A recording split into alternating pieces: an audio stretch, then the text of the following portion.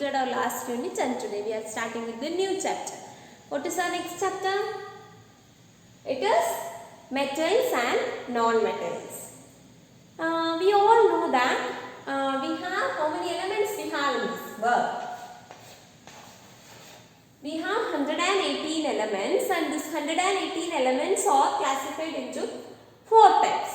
Metals, non-metals, metalloids and inert gases or noble gases. So this 118 elements are arranged in the periodic table. And in this chapter we can learn some properties about metals and non-metals. What is metals and non-metals? We don't have any definition for this metals and non-metals. Actually, it has its own properties. Metals have their own properties and non-metals have their own properties. First we come to metals. About metals, some examples of metals are iron is a metal, copper is a metal, silver is a metal, gold is a metal, zinc is a metal, calcium is a metal, etc. Some examples of metals are iron, copper, silver, gold, zinc and calcium. Next, these metals usually form positive ions. That is, this metals, when it is undergoing some reaction, it will lose electron. It will give electron. When it is giving electron, it is gaining, it is having positive charge because the negative charge that already it is given. So they form cations by losing electrons. Metals form cations or positive ion by losing electron. Then the next property is most of the metals are reactive. Why it is reactive means it is losing electron. As it is losing electron, it is more reactive and they occur as minerals in the nature. Example, sodium, potassium, calcium, magnesium. These metals always occur as minerals. These are all minerals. So, most of the metals are more reactive as it is losing electron and they occur as minerals. Minerals, example, potassium, sodium, calcium and magnesium. Then you have some metals like copper, silver and this is mercury. They occur as compounds or in free state. Many of the metals occur as minerals. Some occurs as compound, some in free state. And gold and platinum are called noble metals. Why they are noble metal means they occur only in free state. When you consider this metals, they occur both in free state and in compound form. But when you consider this gold and platinum, they occur only in free state. So they are called noble metals. Clear about this metals? You have learned what is metals. Now see examples for non-metals. Non-metals are only few in numbers. Example, hydrogen, fluorine, bromine, chlorine, iodine, nitrogen, oxygen, carbon, sulfur, phosphorus. These are all non-metals. Examples for non-metals. And in metals and non-metals you have some properties. With that properties also you can identify whether it is a metal or non-metal. I will say only the properties. What is the properties? In the book it is clearly given in tabular column about single properties. First you can see what is properties. What is luster? Gold, if you see this gold, it will shine, right? This shining property of that particular material is called luster. So, for example, when you consider metals, they are lustrous in nature. When you consider non-metal, they are non-lustrous in nature. Ductility.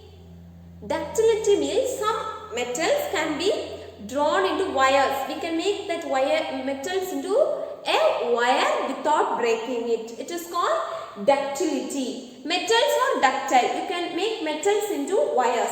But non-metals are non-ductile. You cannot make it into wire. Then malleability. Malleability means ductility you can make into wires. Malleability is capacity to make into a sheet. You can make into a sheet without breaking. Here also the metals are malleable and non-metals are non-malleable in nature. Next one, heat conduction, the capacity to conduct heat. These metals can conduct heat, but these non-metals cannot conduct heat. State. State means depending upon the temperature, it will be in solid state, liquid state and gaseous state. That is nothing but state. Boiling and melting point. For example, when you consider some metals, you need high temperatures to boil. So, the boiling point is the temperature at which the particular metal or non-metal boils, and melting point is the temperature at which it melts. Melting point is the temperature at which it melts, and boiling point is the temperature at which it boils. The next one, density, that is mass per unit volume. For a particular unit volume, how many mass it has. Then strength. When you apply some force into that metal, whether that metal or non-metal can withstand that force. That is nothing but strength. Then hardness. Hardness means when you try to cut some metals, difficulties. When it is very difficult to cut some metals, it is too hard. When we can easily cut the metals, it is the hardness is less. This is nothing but hardness. This is about physical properties. This is all the lustrous, by seeing you can see whether it is lustrous or not. Ductility, malleability, heat conduction, these are all some of the physical properties of metals and non-metals. When you take your book, it is clearly given. See the property and what is the property of metal and what is the property of non-metal. It is clearly given in your book. You can go through your book. For example, when you consider electrical conduction or heat conduction, it is the ability to allow heat to pass through. In the next column it will be given. Metals are good conductors of electric heat except lead. Here I have left two, that is electrical conduction and sonorosity. That is electrical conductivity means some metals allow electric current to pass through. That is electrical conductivity. For example, copper allows electricity. That is metals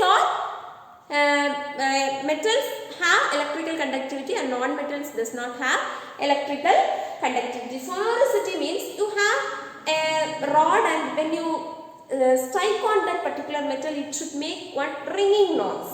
That is nothing but called sonorosity. Metals are sonorous and non-metals are non-sonorous in nature.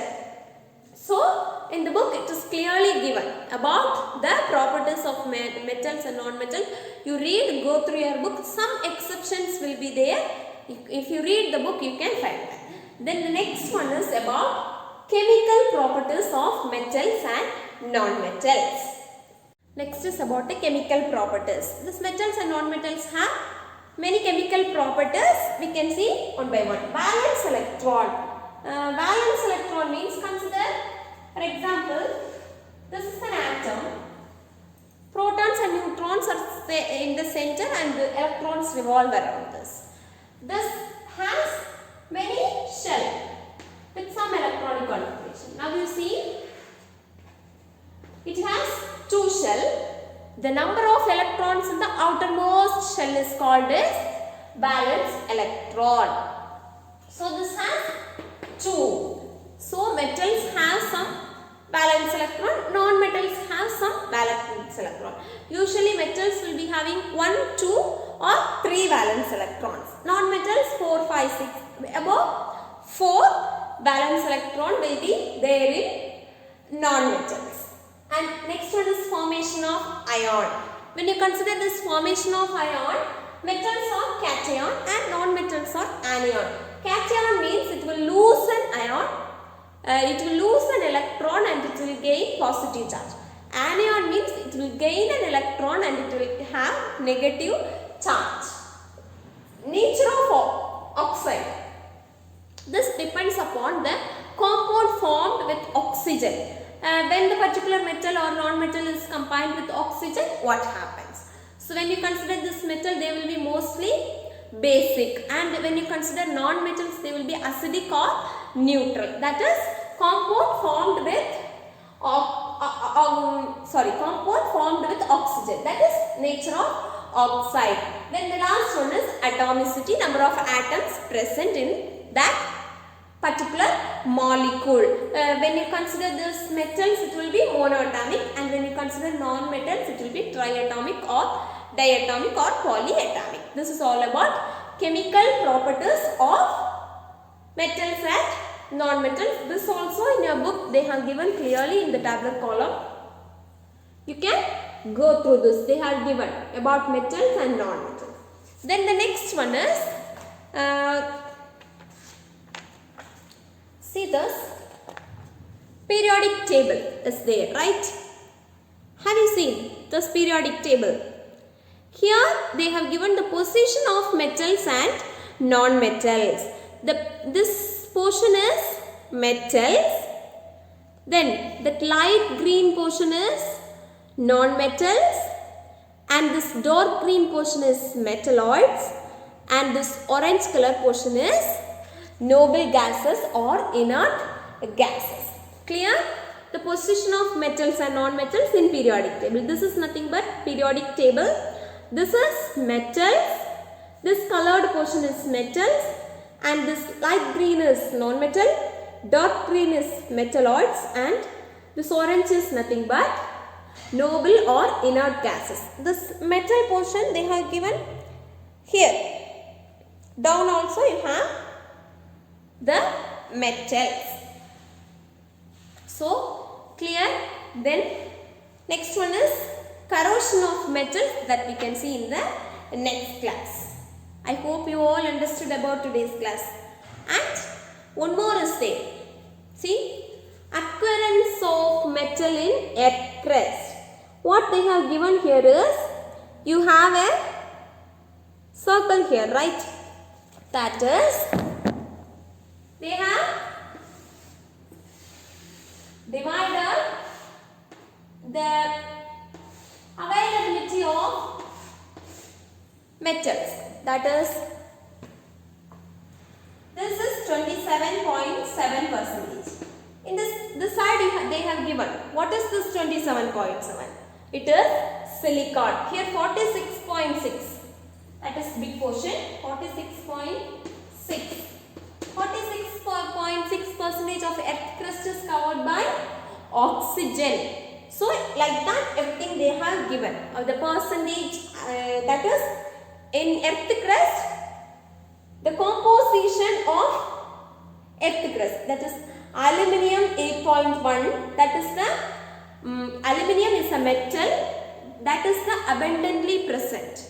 Among metal, aluminium is the abundantly present one, and oxygen 46.6 is the abundantly present non-metal, and other iron, calcium, sodium, potassium, magnesium, everything they have given separately. Go through this also. I hope you all understood about today's class. We can meet in the next class. Thank you.